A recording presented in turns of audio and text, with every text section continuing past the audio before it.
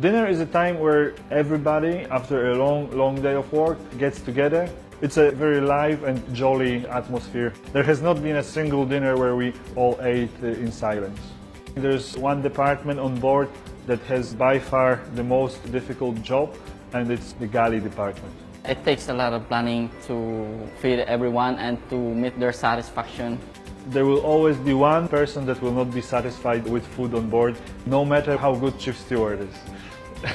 We tried to fill up this salad bar, but it was not getting consumed, right? So is this something we would like to try once again, to try to convince people to healthy diet? Because that's the whole purpose of this thing, right?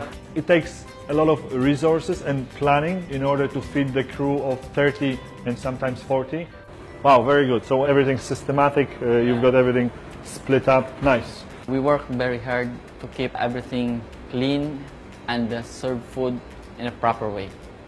Before this, I only knew Indian cuisine, but it's amazing to have all kind of international food. It's really good. I love to cook, and that's it.